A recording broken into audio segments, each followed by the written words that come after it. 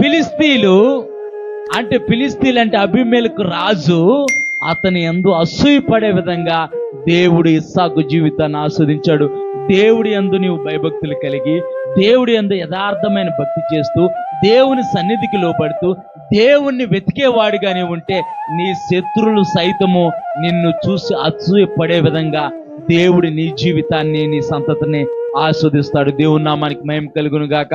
ఫస్ట్లో దేవుని సేవ చేయడానికి వచ్చిన కొత్తలో అనేకులు అన్నారు, మా బంధువులు, మా స్నేహితులు, నాతో పనిచేసే కొలీగ్స్లు అన్నారు, ఇలాంటి నిర్ణయం తీసుకున్నావేంటి ప్రభాకరం, ఇలాంటి నిర్ణయం తీసుకున్నావేంటి అంటే స్వేచ్ఛ ఉండదు, దేవుడు చెప్పినట్టు మనం నడవాలి. మరి ఇలాంటి నిర్ణయం తీసుకున్నావేంటి, ఇలాంటి నిర్ణయం ఎందుకు తీసుకున్నావు? స్వేచ్ఛగా బతకాలిగా. మనిషి అన్న తర్వాత కాస్తంత కళాపోషణ ఉండాలంటూ ఉంటారు. మనిషి అన్న తర్వాత కాస్తంత కళాపోషణ ఉండాలంటే ఇలాంటి నిర్ణయం తీసుకున్నావేంటి అంటే అప్పుడు దాకా ఎలా బతికానో వాళ్ళందరికీ తెలుసు కాబట్టి ఇలాంటి నిర్ణయం తీసుకున్నావేంటి? అందరు ఆశ్చర్యపోయారు. ఇప్పుడు అంటారు, మాకన్నా నువ్వే బాగున్నావు, ఏదన్నా ఒక మంచి సలహా చెప్పు, 2 మాటలు చెప్పు, దేవుడు మాటలు 2 మాటలు చెప్పు, భక్తి మాటలు 2 మాటలు చెప్పు, మా జీవితం బాగుండాలని, మా బ్రతుకు బాగుండాలని, మా పిల్లలు బాగుండాలని ప్రార్థన చేయని అంటున్నారు. ఇది దేవుడు నాకు ఇచ్చిన ఉచితమైన కృప. దేవుని నామానికి మహిమ కలుగును గాక.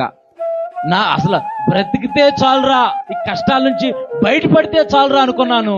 దేవుడు నా జీవితాన్ని అనేకులకు ప్రార్థన చేసే ప్రయోజకుడిగా మార్చాడు. దేవుని నామానికి మహిమ కలుగును గాక.